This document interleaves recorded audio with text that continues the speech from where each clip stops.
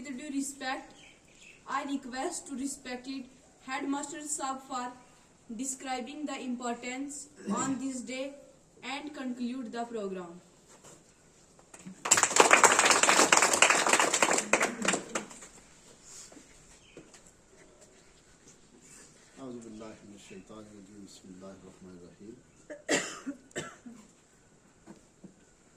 मुअज़्ज़िज़ सामीन इकराम, स्टाफ मेंबरान, जुमला तुलबा व तालिबात, आप सबको आज़ादी के इस मौका पर आप सबको मुबारकबाद पेश करता हूँ। और जो भी हजरात, वैसे तो मैंने काफ़ी और भी यहाँ के प्रोमिनेंट पर्सन थे जिनको मैंने इनवाइट किया था, लेकिन शायद कुछ बारिश की भी वजह हो सकती है, लेकिन इसकी अहमियत को समझने वाले बहरहाल पहुँच ही आए, जैसे भी आना था क्योंकि वो इस दिन की अहमियत को जानते हैं। दिन की अहमियत की अगर बात की जाए तो आज हम यहाँ तक पहुँच गए हैं कि हम फ्लैग होस्टिंग के लिए कहीं पर नहीं पहुँच सकते। वो भी माँ के लाल थे जिन्होंने अपनी जानों का नजराना पेश किया, और आज हम एक आज़ाद देश में पूरी आज़ादी के साथ बैठे हुए हैं। हमें हरगिज़ उनको बोलना नहीं चाहिए। उन्होंने जानों का नजराना पेश किया, माल का किया, बच्चों का नजराना पेश किया, अपनी जायदादें ख़त्म कर दी, लेकिन उन्होंने हंसते चेहरे के साथ सूली को जो है गले लगाया, किसी भी चीज़ की परवाह न करते हुए डट के जब अंग्रेज़ का मुकाबला किया तो तब जाके ये देश आज़ाद हुआ। और आज हमें हर तरह की सहूलत, आसाइश व आराम मौजूद है और हम पूरी आज़ादी के साथ अपने देश में इस वक्त ज़िंदगी बसर कर रहे हैं। ये उन लोगों की कुर्बानियाँ थी।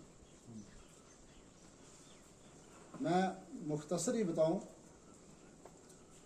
कि 1601 में अंग्रेज़ ने ईस्ट इंडिया कंपनी के नाम से हिंदुस्तान की एक बंदरगाह में कदम रखा, और उस वक्त उन्होंने लोगों को सब्ज़ बाग दिखाए, थोड़े सारे काम के लिए अच्छे खासी उनकी तनख्वाहें उनको दी, लोग खुशी खुशी उनकी कंपनी को ज्वाइन करते गए, और देखते ही देखते 1701 में अंग्रेज़ हिंदुस्तान के 4 बड़े सूबों पर कायम हो चुका था।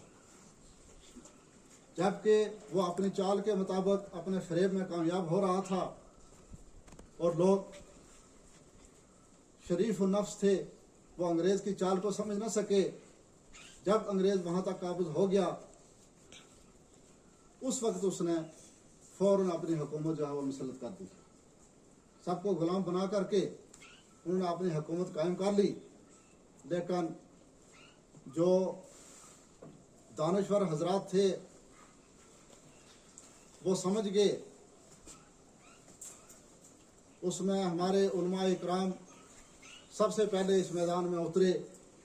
उन्होंने फ़ौरन फतवा सादर किया और कहा कि अंग्रेज़ के ख़िलाफ़ जहाद जो है वो फ़र्ज हो चुका है। उस वक़्त एक ही नारे के तले आगे सब हिंदू, मुसलमान, सिख, ईसाई सब ने मिलजुल के इस जहाद में, इस लड़ाई में, इस जदोजहद में हिस्सा लिया, और बहरहाल एक लंबी लड़ाई लड़ने के बाद आखिर 15 अगस्त 1947 को हमारा देश अंग्रेज़ से पूरे तरीके से आज़ाद हो गया। और इसीलिए आज के दिन जो है यहाँ पर मिल बैठने का मकसद ये है कि हम उन शोहदा को याद करें कि जिन्होंने अपनी जानों का नजराना पेश किया और इतनी बड़ी लड़ाई लड़ी, अंग्रेज़ को यहाँ से भगा दिया और हिंदुस्तान को आज़ादी देने में कामयाब हुए। उस दिन को याद किया जाता है, उन शोहदा को याद किया जाता है, उनको खराज तहसीन पेश की जाती है, और उसी कड़ी में जो है बच्चे रंगारंग प्रोग्राम पेश करते हैं।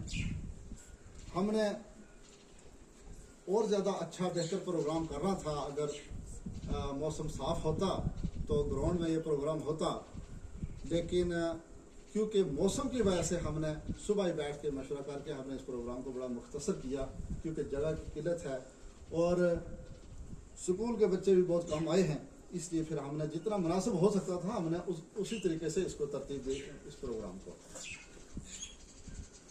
बहरहाल मैं यहाँ पर ये मुनासिब समझता हूँ क्योंकि देश का जो झंडा है वो रेड फोर्ट, लाल किला दिल्ली में जो देश के प्रधानमंत्री हैं, आज के इस मौका पर वो वहाँ पर झंडा लहराते हैं। और फिर इसी तरीके से जितने भी सब यूनिट्स हैं, हम जहाँ पर तैनात हैं, ये हमारी ड्यूटी होती है कि हम अपने अपने मुकाम पर झंडा जो है वो इस वक्त लहराएं। और उसके बाद ये एक डिसिप्लिन होता है कि इस मौके पर हमारी अपनी जो भी कारकर्दगी है वो अवाम के सामने लाई जाए। जबकि इसके मद्दे मुकाबल जब रिपब्लिक डे होता है, यानी कि 26 जनवरी का दिन होता है, उस दिन जो है वो अपनी कंट्री, अपनी जो भी उसके पास जैसे असला होता है, वेपन्स होते हैं, उसकी जो ताकत होती है, वो चीज़ जाहिर की जाती है। लेकिन जब इंडिपेंडेंस डे होता है तो उस वक़्त अपने काम की क्या कारकर्दगी है वो अवाम के सामने लाई जाती है।